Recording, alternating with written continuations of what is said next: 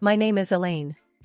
I'm a 56-year-old doctor at our local hospital, a profession that has been both my calling and my refuge, especially since becoming a widow 2 decades ago.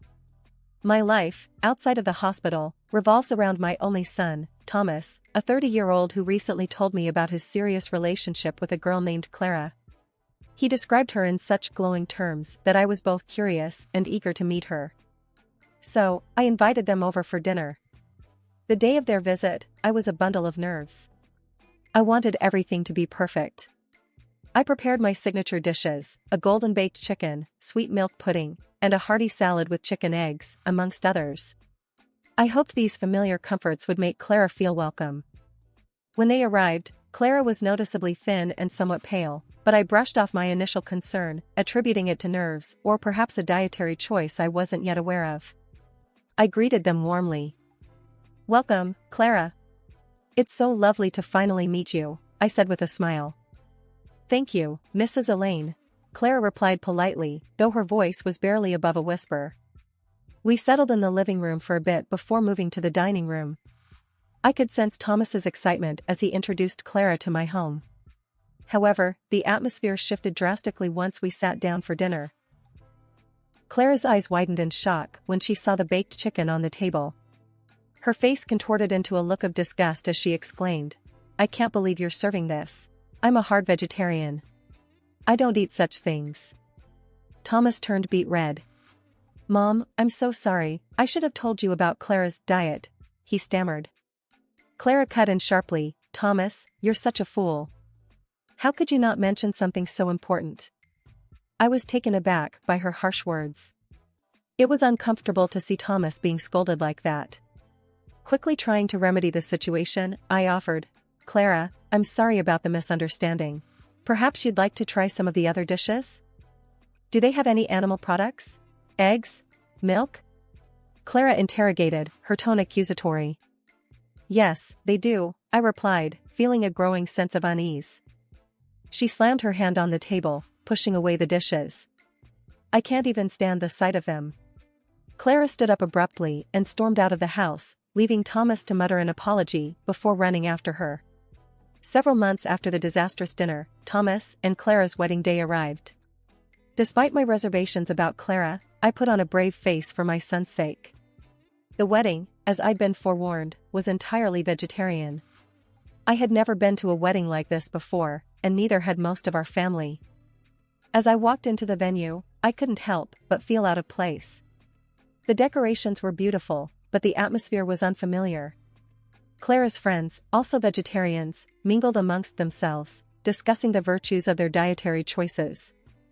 My sister, Martha, leaned over to me and whispered, "Elaine, have you seen the menu? I can't pronounce half of these dishes." I smiled wryly. "Just go with it, Martha. It's Thomas's day." The ceremony was lovely, but the reception was where things got interesting. The array of vegetarian dishes was certainly exotic. My relatives poked at their food with a mix of curiosity and apprehension. During the meal, my brother-in-law, George, a man never known for his tact, called a waiter over. "Excuse me, son, is there any chance we could get a steak or something? Just a small one?" The waiter, trying to remain polite, responded, "I'm sorry, sir. The menu is strictly vegetarian as per the couple's request." George grunted, "Well, I guess it's salad for dinner then." Despite the unfamiliar food, I tried to focus on the positive. Thomas looked genuinely happy, albeit a bit thinner than I remembered. As the evening progressed, I observed Clara. She was the center of attention among her friends, laughing and seeming in her element. Yet, there was an edge to her laughter, a sharpness that made me uneasy. A few days after the wedding, Thomas came to visit me alone. His appearance startled me, he had lost more weight and looked tired.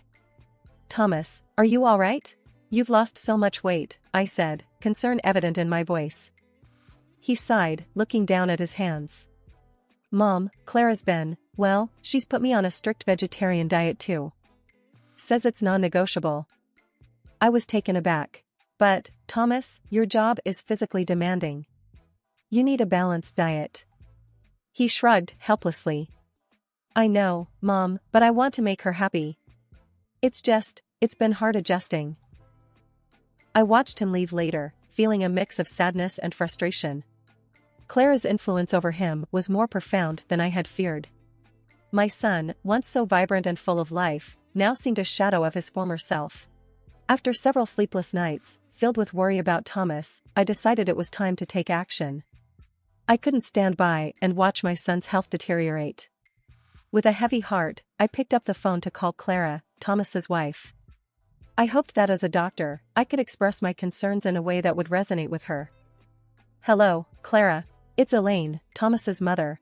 I hope I'm not calling at a bad time," I began, my voice as warm and friendly as I could muster. "What do you want, Elaine?" Clara's voice was cold, distant.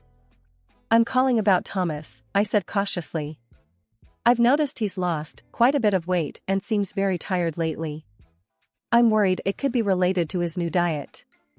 Clara let out a sigh, audibly annoyed.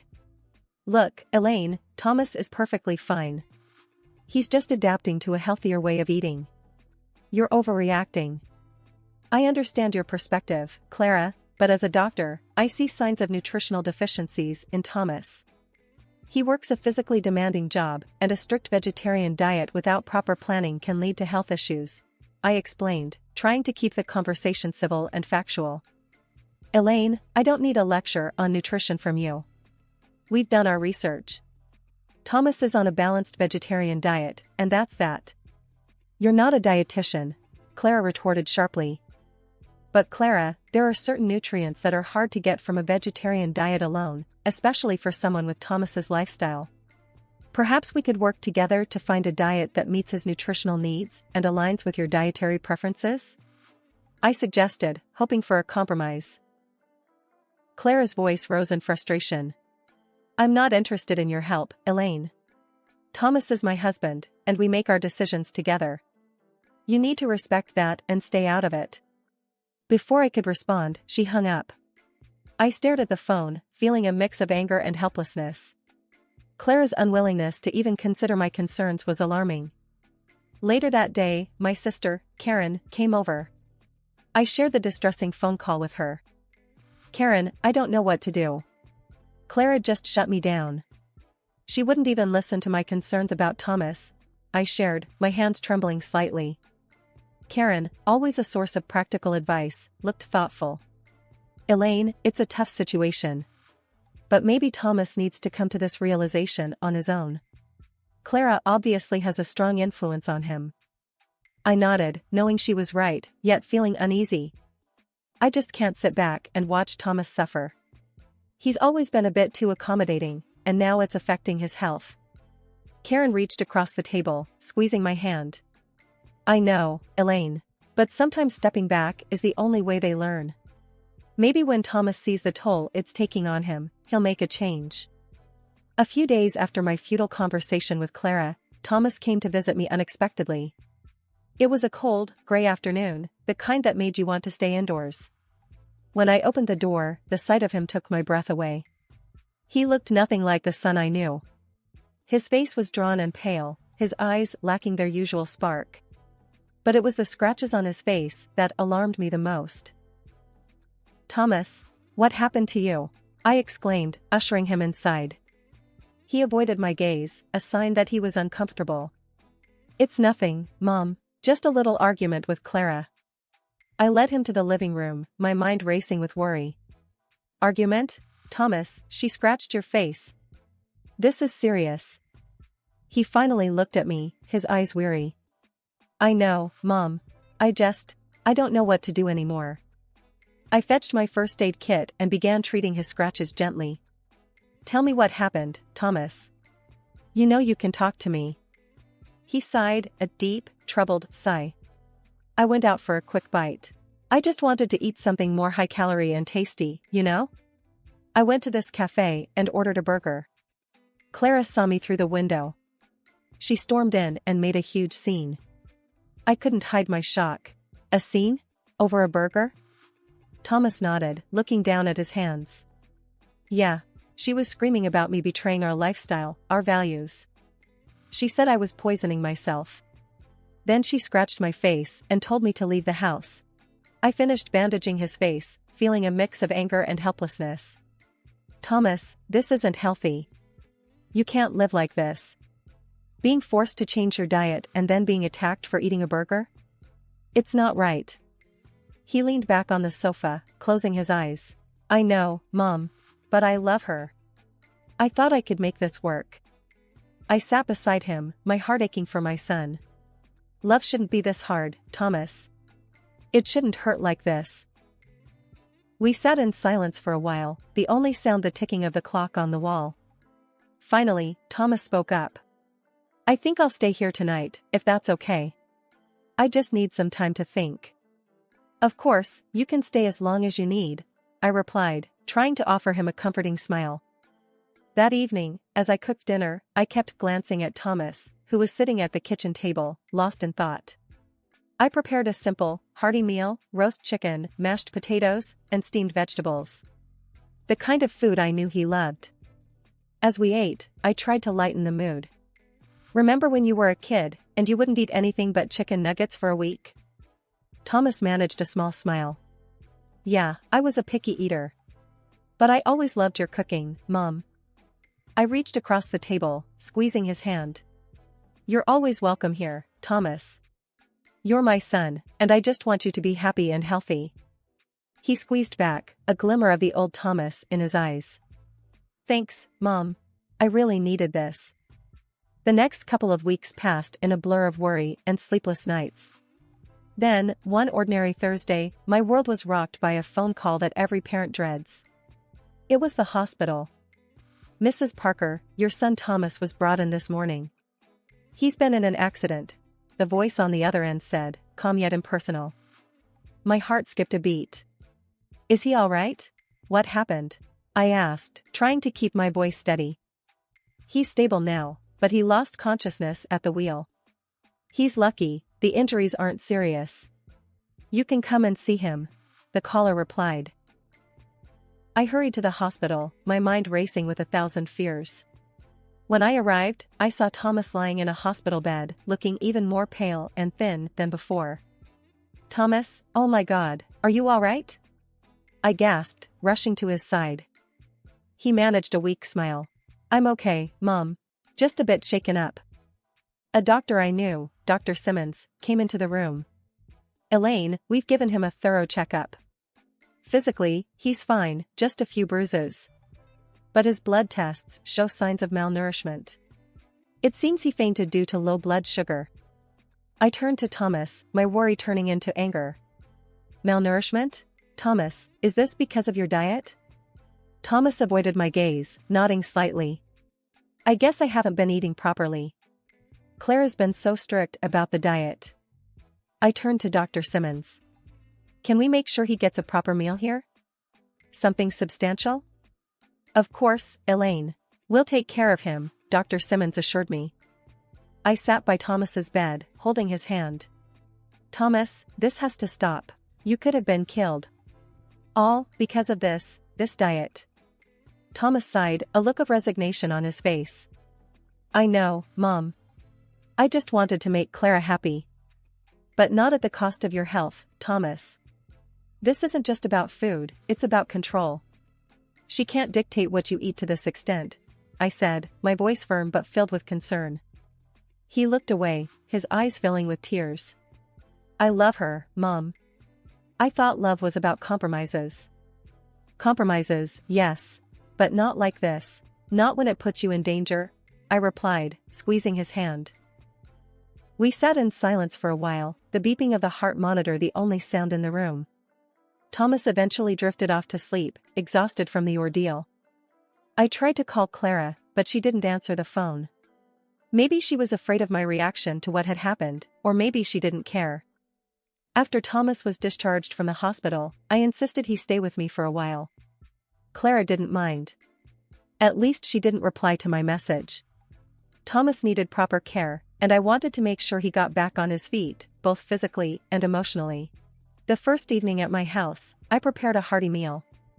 As I set the table, I could see Thomas eyeing the food with a mix of hunger and hesitation. Mom, this looks amazing, but I don't know if I should. Clara might not like it, Thomas said, a troubled look crossing his face. Thomas, right now, you need to focus on your health. Clara isn't here, and you need to eat. I responded firmly, serving him a generous portion of roasted chicken and vegetables. He reluctantly began to eat, and with each bite, I saw a bit of color return to his cheeks. This is really good, Mom. I didn't realize how much I missed your cooking. I sat across from him, watching him eat. Thomas, you've always been healthy. It's painful to see you like this. Your relationship with Clara, it's not just about food. It's about control and your well-being. Thomas set his fork down, his expression pained. I know, Mom. I just don't know what to do. I love her, but everything is so complicated now. Love shouldn't make you compromise your health or who you are. You've always been considerate and caring, but you can't set yourself on fire to keep someone else warm, I said, hoping my words would resonate with him. Over the next few days, I took care of Thomas, ensuring he ate well and rested. We talked a lot, about everything and nothing. I avoided pressing him about Clara, hoping he would come to his own conclusions. One evening, as we were sitting in the living room, Thomas spoke up. Mom, I've been thinking a lot. Maybe I've been trying too hard to please Clara, losing myself in the process. I nodded. It's important to find a balance, Thomas. In a relationship, both people should feel valued and respected. He looked at me, a newfound determination in his eyes. I'm going to talk to Clara. I need to be honest about how I feel, about the diet, and everything else. I reached over, squeezing his hand. Whatever you decide, Thomas, I'm here for you. Just remember, your health and happiness are what's most important. As Thomas went to bed that night, I felt a mix of hope and apprehension. He was at a crossroads, and the next steps he took would shape his future. All I could do was support him and hope that he found the strength to make the right decisions for himself. The situation escalated quickly when Clara, Thomas's wife, burst into my house during lunch. Thomas was just starting to look a bit better after days of proper nutrition at my place. Thomas, what are you doing? Clara shrieked as she saw him eating the chicken broth I'd made. Thomas looked up, startled. Clara, I'm just... You're betraying our lifestyle again. I can't believe this. Clara was livid, her eyes blazing with anger. Before I could intervene, she knocked the bowl of broth from Thomas's hands, sending it crashing to the floor. I stood up, my own anger rising at her irrational behavior. Clara, that's enough. You're in my house, and I won't tolerate this behavior, I said firmly. You're poisoning him, Elaine, with your meat and your old-fashioned ideas. Clara shouted, turning her wrath towards me. Thomas tried to calm her down. Clara, please, let's just talk about this. Ignoring him, Clara pulled out her phone. I'm calling the police. I won't let you harm him any further. Thomas and I exchanged a look of disbelief as Clara dialed. Within minutes, a police car pulled up outside, and 2 officers came to the door. What seems to be the problem here? One of the officers asked, looking between Clara, Thomas, and me.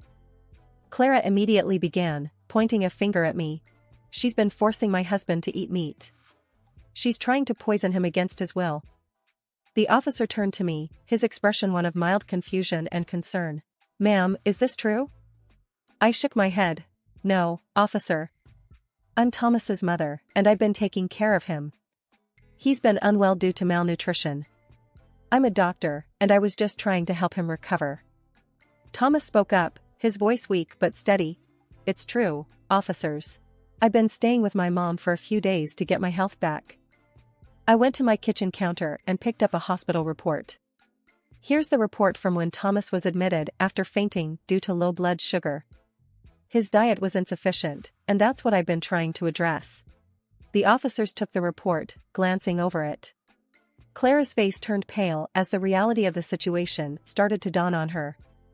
Ma'am, it looks like Mrs. Parker has been acting in her son's best interest, the officer said to Clara. If there's no actual harm or criminal activity here, we can't take any action. Clara was speechless, her earlier fury deflated. The officers advised her to resolve the matter peacefully and left. Thomas looked exhausted by the whole ordeal. Clara, I think you should go. We need to talk, but not now. Not like this. Clara, still in shock, quietly left the house without another word. I watched her go, feeling a mix of relief and sadness. The whole situation had spiraled out of control, and I worried about what this meant for Thomas's future with Clara. In the weeks that followed the police intervention, Thomas stayed with me, slowly regaining his strength and clarity of mind. We had many long conversations about his marriage and future. One evening, as we sat in the living room, a sense of resolve seemed to settle over him. "Mom, I've made a decision," Thomas said, his voice more assertive than I'd heard in a long time. I looked at him, feeling a mix of apprehension and relief. "What have you decided, Thomas?" "I can't go on like this with Clara. Our marriage, it's not healthy. I'm going to file for a divorce," he declared, though I could see the pain in his eyes. I reached out, taking his hand. "I know this must be hard for you, but I think you're making the right choice. You deserve to be happy and healthy, Thomas." He nodded, a sad smile on his lips. "I know. I just wish it didn't have to come to this." The next few days were a whirlwind as Thomas set the divorce process in motion. It was a tough time, but he handled it with a strength that made me proud. When the day came for him to move back into his own place, I helped him pack his things. As he was about to leave, he turned to me. "Mom, I can't thank you enough. You've been my rock through all of this." I hugged him tightly. "You're my son. I'll always be here for you, no matter what." A couple of weeks after Thomas moved out, I received a call from him. He sounded different, more like his old self. "Mom, I wanted to tell you that the divorce has been finalized. And I decided to take legal action against Clara for her role in the accident." I was surprised. "That's a big step, Thomas. Are you sure about this?" "Yes, I am. It's not just about me. It's about setting things right. And, the court ruled in my favor. Clara has to pay me compensation," he explained. I could hear the confidence in his voice. "I'm proud of you, Thomas. You're standing up for yourself." There was a pause before he spoke again. "I've also started seeing a counselor. I think it's helping me understand a lot about myself and my relationships." Hearing this brought a sense of peace to my heart. "That's wonderful, Thomas. Taking care of your mental health is just as important." As we ended the call, I felt a wave of emotions. The past months had been a roller coaster, but through it all, Thomas had found his way back to himself. He had faced his challenges head-on and emerged stronger. The future was uncertain, but I knew that whatever it held, Thomas was now better equipped to face it. And as for me, I would continue to be there for him, his steadfast support, as I had always been.